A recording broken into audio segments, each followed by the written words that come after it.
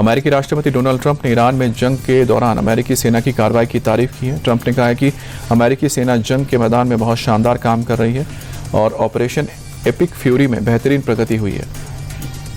आमतौर पर 10 के स्केल पर रेटिंग की जाती है, लेकिन वो अमेरिका को 10 में से 15 ग्रेड देंगे। ट्रंप ने कहा कि ईरान में सुप्रीम लीडर खामनेई की मौत के बाद जो भी नेता बनना चाहता थे वो मारे गए हैं। अमेरिका ने सबमरीन से अटैक करके ईरान का एक जहाज डुबो दिया। इस जहाज पर उस समय हमला हुआ जब वो भारत से ईरान लौट रहा था। इस हमले में 87 लोगों की जान गई है। इस घटना के बाद श्रीलंका ने तुरंत एक रेस्क्यू ऑपरेशन चलाया और कई लोगों को बचाया। श्रीलंकाई अधिकारियों के मुताबिक उन्हें समुद्र में कई लाशें मिली हैं। करीब 100 से ज़्यादा लोग लापता बताए जा रहे हैं। इजरायली सेना ने दक्षिणी लेबनान में आईडीएफ के जमीनी एक्शन का वीडियो जारी किया। इजरायल के मुताबिक सुरक्षा के लिहाज से दक्षिणी लेबनान के कई इलाकों में सैनिकों की तैनाती की गई है। इनका मकसद इजरायल के सीमावर्ती इलाकों में किसी भी तरह के हमलों से नागरिकों की सुरक्षा करना है। इससे पहले इजरायली सेना ने सीमा से सटे लेबनान के तकरीबन 50 गाँवों को खाली करवा लिया था। इजरायल के मुताबिक हिजबुल्लाह के खिलाफ लेबनान में हुए स्ट्राइक में अब तक 70 लोगों की मौत हो चुकी है, जबकि 400 से ज़्यादा लोग घायल हुए हैं। मिडिल ईस्ट में जारी जंग के बीच पहली बार सामने आया हिजबुल्लाह के चीफ नईम कासिम का एक वीडियो, जिसमें वो इजरायल के साथ जंग जारी रखने का ऐलान करते दिख रहा है। नईम कासिम ने हथियार डालने के लेबनान की सरकार के प्रस्ताव को मानने से इनकार किया। कहा कि जब तक इजरायल का कब्जा तब तक उनका विरोध हथियार रखने का हक जायज़। लेबनान के नेताओं ने इजरायल में दागे जा रहे हिजबुल्लाह के मिसाइल्स को अवैध करार दिया है। राज्यसभा जाने को लेकर सीएम नीतीश ने सोशल मीडिया प्लेटफॉर्म पर लिखा है।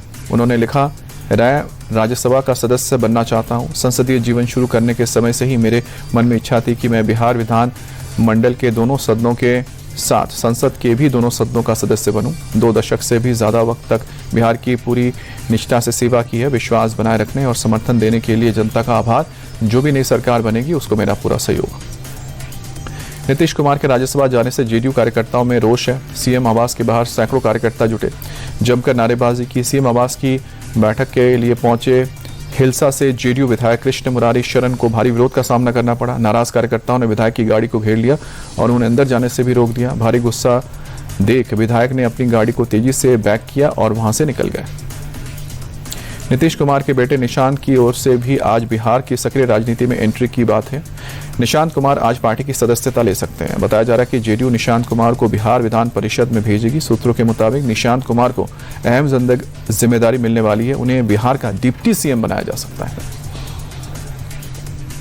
बिहार में 20 साल से 10 बार सीएम बन चुके नीतीश कुमार राज्यसभा के लिए सहमति के बाद नए सीएम के नाम पर चर्चा तेज हो गई है। इस बात की भी चर्चा है कि बिहार में पहली बार बीजेपी का सीएम होगा। सीएम की रेस में केंद्रीय मंत्री नित्यानंद राय का नाम सबसे आगे। मुख्यमंत्री की रेस में डिप्टी सीएम सम्राट चौधरी भी दूसरे नंबर पर सबसे आगे चल रहे हैं।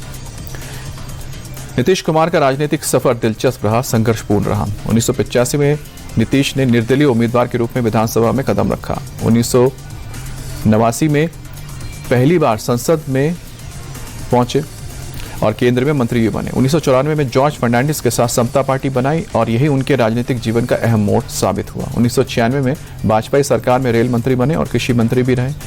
सन 2000 में केंद्र से बिहार लौटे और पहली बार सीएम बने, लेकिन 7 दिन की सरकार चली। 2005 में फिर सीएम बने और फिर 20 साल में 10 बार सीएम की कुर्सी पर बैठने का रिकॉर्ड बनाया। उत्तराखंड में हिमालय की गोद में बसे चौबटिया में भारत और जापान के बीच सैन्य अभ्यास धर्मा गार्जियन जोर शोर से चल रहा है। भारतीय सेना और Japan ground self defence force के बीच ये 7वां संयुक्त सैन्य अभियान है। 24 फरवरी से शुरू हुआ ये सैन्य अभ्यास 9 मार्च तक चलेगा। इस बार दोनों देशों के 120 सैनिकों का दल इसमें हिस्सा ले रहा है। ये संयुक्त अभ्यास बारी बारी से भारत और जापान में आयोजित किया जाता है। दिल्ली के सदर बाजार में भीषण आग लगने की घटना में 2 लोगों की जान चली गई। इस हादसे में शख्स बुरी तरह से घायल भी हुआ। ये आग 12 टूटी चौक के पास एक 4 मंजिला इमारत में लगी।